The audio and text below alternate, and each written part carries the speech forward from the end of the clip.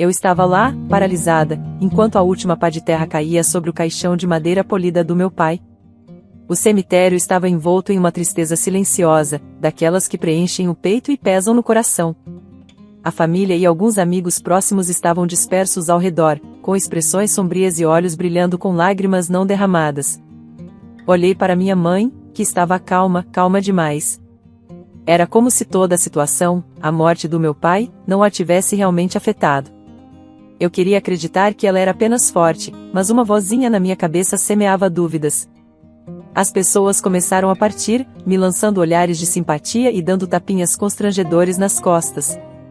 Nunca me senti tão só. Então, apareceu o tio Joe, irmão do meu pai, com o rosto marcado pela dor. Ele era um bom homem, Duda, disse tio Joe, sua voz embargada pela emoção. Ele te amava muito. Apenas acenei, sem confiar em minha voz para falar. Eu e meu pai éramos próximos, daqueles que não precisam sempre de palavras. Após o funeral, voltei para a casa da minha mãe. Era estranho chamar apenas de a casa da minha mãe agora. A casa estava silenciosa, um silêncio que gritava em seus ouvidos. Minha mãe estava na cozinha, fazendo chá como se fosse apenas mais um dia. Mãe, você está bem? Finalmente perguntei. Ela olhou para cima, sua expressão parecia distante. Sim, querida, estou bem. Você sabe, seu pai e eu tivemos nossas diferenças, mas estou bem. Era típico da minha mãe, sempre minimizando as coisas, nunca querendo causar alarde. Eu queria insistir, perguntar mais, mas sabia que seria em vão. Algumas semanas depois, enquanto tentava me perder em tarefas mundanas no trabalho, meu telefone tocou. Era minha mãe, com um tom de excitação na voz. Duda, você não vai acreditar quem está aqui. Quem? Perguntei, começando a sentir uma inquietação. Sua irmã, Ana, voltou, ela disse. Essas palavras me atingiram como um soco. Ana, minha irmã mais velha, a ovelha negra da família. Não havia anos, desde que ela saiu de casa aos 22 anos, num surto de raiva e rebeldia. Por que ela voltou? Consegui perguntar. Ah, você conhece sua irmã? Sempre cheia de surpresas, respondeu minha mãe, como se o retorno de Ana fosse a coisa mais natural do mundo. Desliguei, com a mente acelerada. Lembranças de Ana e suas maneiras selvagens, suas constantes brigas com meu pai, voltavam à tona. Ela era a tempestade à minha calma, sempre causando problemas, ultrapassando limites, até aquela noite fatídica. Balancei a cabeça, tentando clarear os pensamentos. Ana estava de volta, e eu não fazia ideia do que isso significava para nós, para minha mãe, ou para a frágil paz que havíamos construído na ausência dela. Mas uma coisa era certa, nada seria como antes. Dirigindo para a casa da minha mãe, minha mente era um redemoinho de memórias, cada uma mais vívida e caótica que a anterior. Ana sempre foi o centro da tempestade em nossa família, que, por outro lado, vivia em calmaria. Ela era como um fio desencapado, imprevisível e perigosa. Na adolescência, ela era uma rebelde. Lembro-me do cheiro de maconha que saía por baixo da porta do seu quarto, do barulho de garrafas de cerveja durante a noite. Ela trazia caras diferentes para casa, ria alto e a música do seu quarto abafava os sons de desaprovação da nossa família. Meu pai tentava argumentar com ela, sua voz misturando raiva e desespero. Você está jogando sua vida fora, Ana, ele gritava, mas ela apenas debochava e revirava os olhos. Ele tentou de tudo, desde colocá-la de castigo até implorar para que ela mudasse. Mas nada adiantava. Minha mãe era diferente, nunca confrontava Ana, sempre arrumando desculpas para ela. Ela é apenas uma adolescente, vai passar, dizia ela ao meu pai, sua voz carregada de uma culpa não dita. Era como uma guerra silenciosa entre eles, que se intensificava a cada dia que passava. A pior lembrança, aquela que ainda me assombrava, aconteceu quando eu tinha 10 anos. Ana chegou em casa bêbada, mais do que o usual. Eu estava dormindo, mas o som dela cambaleando e praguejando em voz baixa me acordou. O próximo acontecimento foi o fumo denso e sufocante preenchendo o corredor. Ana tinha derrubado uma vela no seu quarto e o fogo se alastrou rapidamente. Lembro-me de gritar pelo meu pai, o medo me paralisando enquanto ele corria para dentro, seu rosto marcado pela determinação. Ele conseguiu apagar o fogo, mas aquela noite mudou tudo. A paciência do meu pai chegou ao limite. Não posso mais fazer isso, você tem que sair, ele disse a Ana, sua voz embargada. A consequência foi imediata, minha mãe se voltou contra o pai como nunca tinha visto antes. Como você pode expulsá-la? Ela é sua filha, ela chorou. A relação deles, já tensa, se quebrou naquela noite. Ana partiu no dia seguinte, sem se despedir ou olhar para trás, e assim, ela se foi. Não tivemos notícias dela, nem uma chamada ou uma carta. Meu pai tentou encontrá-la, mas era como se ela tivesse desaparecido. No entanto, anos depois, enquanto eu entrava na garagem, meu coração batia com uma mistura de medo e raiva não resolvida. Como Ana poderia simplesmente voltar para nossas vidas como se nada tivesse acontecido? Ao sair do carro, o peso do passado recaiu sobre meus ombros, um fardo que eu não estava certa de estar pronta para enfrentar novamente. O ar estava carregado de tensão enquanto eu me sentava diante de Ana na nossa antiga cozinha. Sua presença, depois de todos esses anos, parecia uma intrusão, uma perturbação da frágil paz que havíamos mantido desde sua partida. Por que agora, Ana, depois de todo esse tempo? Por que aparecer do nada? Perguntei, minha voz misturando curiosidade e acusação. Ana me olhou com indiferença. Soube da morte do papai, pensei que já era hora de voltar e ver do que tenho direito na herança, disse ela. Suas palavras foram como um tapa.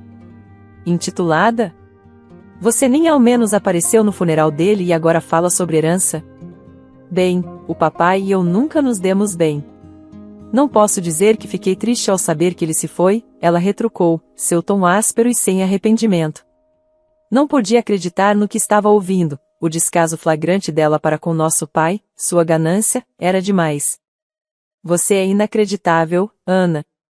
Você volta depois de anos, não para lamentar, mas para reivindicar o que acha que lhe é devido, minha voz se elevou, tingida de raiva e incredulidade. Minha mãe, que havia permanecido em silêncio até então, finalmente falou. Duda, chega. Ana tem todo o direito de estar aqui. Ela é da família. Família? Ela esteve ausente por anos, anos sem sequer uma ligação, e agora de repente ela é da família? Não pude esconder a amargura na minha voz. Duda, não vou permitir que você fale assim com sua irmã. Ela passou por muito, disse minha mãe, sua voz firme, tomando o lado de Ana. Ana sorriu, satisfeita com a defesa da mãe. Viu? A mamãe entende. Estou de volta, é isso que importa. A conversa me deixou me sentindo como uma estranha na minha própria casa. A rejeição flagrante de Ana à morte de nosso pai, seu interesse pela herança e o apoio inabalável de minha mãe a ela eram demais para absorver. Quando deixei a casa naquele dia, minha mente estava um turbilhão de raiva e confusão. O retorno de minha irmã tinha reaberto feridas antigas e parecia que as linhas de batalha estavam sendo traçadas novamente, com minha mãe firmemente ao lado de Ana. Uma semana depois, todos nós estávamos sentados na sala de estar, o ar pesado de antecipação e pensamentos não ditos. O advogado, Sr. Edgar, pigarreou, preparando-se para ler o testamento do meu pai. Ana sentava-se ereta, seus olhos afiados e calculistas. Minha mãe parecia nervosa, torcendo as mãos. Eu apenas me sentia entorpecida, incerta sobre o que esperar. Vamos começar, disse o Sr. Edgar, com uma voz formal. Estou aqui para ler o testamento de Sr. James Costa, ele começou com o jargão jurídico usual, mas todos nós estávamos aguardando a parte principal, a distribuição dos bens. Meu coração acelerou quando ele finalmente chegou a esse ponto. Para minha filha Duda Costa, deixo a casa da família e uma soma de $2 milhões. Eu suspirei, incapaz de acreditar no que acabará de ouvir. O silêncio tomou conta da sala, o peso da revelação se assentando. E para minha filha Ana Costa, lamento deixar nada devido ao seu distanciamento e ações que causaram profunda dor a esta família. O rosto de Ana se contorceu de raiva. O quê? Nada? A expressão de minha mãe era uma mistura de choque e decepção. James, como você pôde? Ela sussurrou mais para si mesma do que para os outros. O Sr. Edgar continuou, imperturbável pela explosão de Ana. E para minha esposa, Mary Costa, deixo uma mesada para garantir que ela seja cuidada. Isso é tudo, uma mesada? A voz de minha mãe estava tingida de incredulidade e mágoa. Ana bateu as mãos na mesa e se levantou abruptamente. Isso é injusto, ele não tinha o direito de me excluir assim. Encontrei minha voz. Pai tomou sua decisão, Ana. Talvez se você estivesse aqui, fazendo parte desta família, teria sido diferente. Cala a boca, Duda. Você sempre foi a queridinha, não é? A favorita do papai, Ana cuspiu, seus olhos ardendo de raiva. Minha mãe se virou para mim, sua expressão de traição. Duda, você não pode fazer algo? Compartilhar a herança? É o que seu pai teria querido. Eu balancei a cabeça, sentindo uma mistura de tristeza e resolução. Não acredito que você está pedindo isso, mãe. Depois de tudo, os desejos do papai devem ser respeitados. Ana saiu da sala, praguejando baixinho. Minha mãe me olhou, seus olhos cheios de lágrimas, e seguiu Ana para fora. Sozinha, sentei-me lá, a magnitude da situação me envolvendo. Minha relação com minha irmã e mãe já estava tensa antes, mas agora parecia irreparável. Os últimos desejos do papai não apenas dividiram seus bens, mas também aprofundaram o abismo em nossa família já fragmentada. Preparei-me mentalmente enquanto me aproximava da casa da minha mãe, mas nada poderia ter me preparado para o caos que se desdobrou diante de mim. A sala de estar estava um desastre, cheia de garrafas vazias e lixo. Ana estava no centro de tudo, sua risada cortante contra o fundo de música alta e estridente. Que diabos é isso, Ana? Eu exigi, minha voz cortando o barulho. Ana olhou para cima, um sorriso zombeteiro no rosto. Olha só quem decidiu aparecer, a milionária. Seus amigos me olharam com uma mistura de curiosidade e desprezo. Ignorei-os e me virei para minha mãe, que parecia perdida e sobrecarregada. Mãe, como você pode deixá-la fazer isso? A resposta da minha mãe foi um mero sussurro. Ela está apenas tentando lidar com a situação. Lidar transformando nossa casa em um bar? Minha raiva estava subindo, rápida e quente.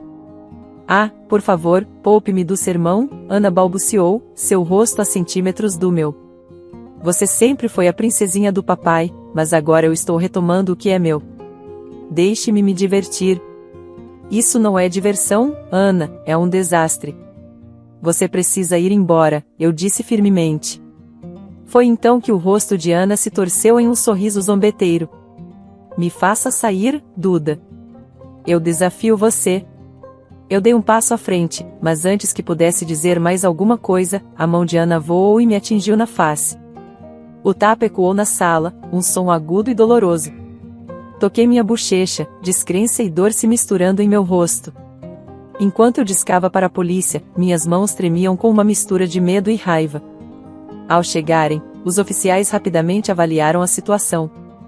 A bravata de Ana desmoronou enquanto eles a levavam embora, seus protestos e insultos ecoando atrás dela. Eu esperava que minha mãe ficasse chocada, talvez até aliviada, mas sua reação me surpreendeu profundamente. Como você pôde fazer isso com sua própria irmã? Minha mãe me acusou, seus olhos cheios de lágrimas e raiva. Mãe, ela me bateu, estava destruindo sua casa, protestei, ainda atordoada pelo tapa e pela virada surreal dos eventos. Minha mãe balançou a cabeça, sua voz trêmula de emoção. Ela ainda é minha filha, e você se voltou contra ela. Fiquei sem palavras enquanto o carro da polícia se afastava, levando Ana consigo. A realidade do que acabará de acontecer se aprofundou, minha própria mãe me repreendendo, apoiando Ana depois de tudo o que aconteceu. Ao sair da casa, o peso das palavras da minha mãe e as ações de Ana pesavam sobre mim. A fissura em nossa família havia se aprofundado, talvez além do conserto, e naquele momento, eu me senti mais sozinha do que nunca. Nos dias seguintes ao incidente, enfrentei alguns dos momentos mais difíceis de minha vida. A imagem de Ana sendo levada pela polícia e as palavras acusadoras de minha mãe me assombravam. Sentia-me dilacerada, insegura sobre meu próximo passo. Sentada em minha sala de estar, tranquila e organizada, liguei para minha melhor amiga, Laura, precisando conversar com alguém. Oi, Laura, é a Duda. Eu não sei o que fazer. A voz de Laura era gentil, um contraste reconfortante com o turbilhão que eu sentia. O que aconteceu, hein? Recoltei os eventos, minha voz vacilante enquanto revivia cada momento doloroso. Duda, você não pode continuar se sacrificando assim. Você fez tudo o que pôde pela sua família, disse Laura, sua voz firme, mas gentil. Mas, Laura, minha mãe apoiou a Ana depois de tudo o que ela fez, respondi, a dor evidente em minha voz. Às vezes, Duda, você precisa pensar em si mesma. Você não pode consertar tudo e não pode continuar sacrificando seu bem-estar por eles. As palavras de Laura me atingiram profundamente. Eu sabia que ela estava certa, mas a ideia de cortar laços com minha família, especialmente com minha mãe, era avassaladora. Eu sei que você está certa, Laura. É apenas difícil aceitar. É difícil, mas às vezes as decisões mais difíceis são as que precisamos tomar pelo nosso próprio bem. As palavras de Laura ficaram comigo muito tempo depois de terminarmos a ligação. Eu sabia o que tinha que fazer, por mais doloroso que fosse. Não podia deixar o caos e a disfunção da minha família me arrastarem para baixo por mais tempo. Alguns dias depois, visitei minha mãe. Ela estava fria, distante. O calor que uma vez definirá nossa relação parecia ter desaparecido. Mãe, precisamos conversar, comecei, minha voz firme, mas meu coração doendo. Sobre o quê, Duda? Você veio tirar mais alguma coisa de mim? Suas palavras foram afiadas, cortantes. Mãe, vim dizer que não posso continuar fazendo isso. O que aconteceu com a Ana, sua reação, é demais. Preciso me afastar. A expressão de minha mãe endureceu. Então, você está abandonando sua família, assim? Não é abandonar, mãe. É sobre autopreservação. Não posso continuar sendo a única que conserta tudo, especialmente quando isso me machuca. Minha mãe desviou o olhar, sua expressão indecifrável. Se essa é a sua decisão, que seja. Sair da casa da minha mãe naquele dia foi uma das coisas mais difíceis que já fiz. A finalidade disso, a sensação de um capítulo se fechando, era quase insuportável. Mas, enquanto eu me afastava, sabia, no fundo, que era a decisão certa. Pela primeira vez em muito tempo, senti um alívio, um peso sendo retirado dos meus ombros. O caminho à frente não seria fácil, mas era um que eu precisava seguir pelo meu próprio bem. A notícia de que minha mãe e Ana estavam vivendo da modesta mesada que meu pai deixou no testamento foi um choque, e eu não conseguia imaginar a imagem delas com dificuldades na minha mente. Quando decidi ver com meus próprios olhos, o que encontrei foi pior do que imaginava. O apartamento delas ficava em uma parte deteriorada da cidade, o prédio desgastado e negligenciado. Por dentro, a cena era sombria, o ar estava viciado com o cheiro de cigarros e álcool, o chão coberto de bitucas de cigarro e garrafas vazias, um testemunho de sua vida diária. Ana estava esparramada no sofá surrado, o rosto vermelho pelo álcool, segurando uma garrafa frouxamente na mão. Minha mãe sentava ao lado dela, sua aparência outrora meticulosa agora desgrenhada, seus olhos opacos e resignados. Mãe, como vocês podem viver assim? Perguntei, minha voz misturando preocupação e incredulidade. Minha mãe olhou para cima, seus olhos se estreitando. Nos viramos. Não temos o luxo de uma casa elegante e dinheiro como algumas pessoas, suas palavras me feriram, mas insisti. Mãe, você não pode ficar aqui, não é seguro. Venha morar comigo. A risada de minha mãe foi amarga. Ah, agora você quer ajudar, depois de tudo. Você simplesmente entra aqui e espera que pulemos na sua oferta? Não é assim, mãe. Estou preocupada com você, implorei.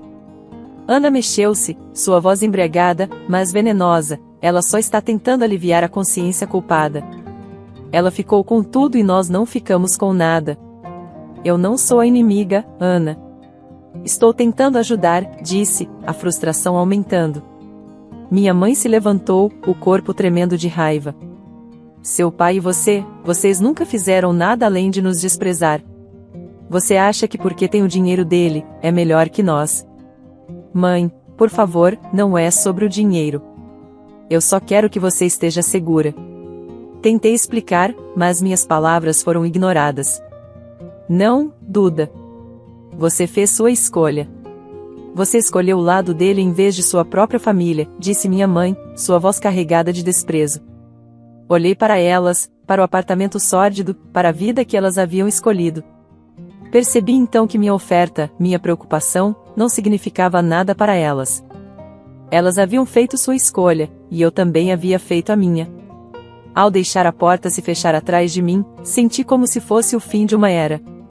A dor de sua rejeição, a dureza de suas palavras e a realidade de nossa família quebrada me atingiram de uma só vez.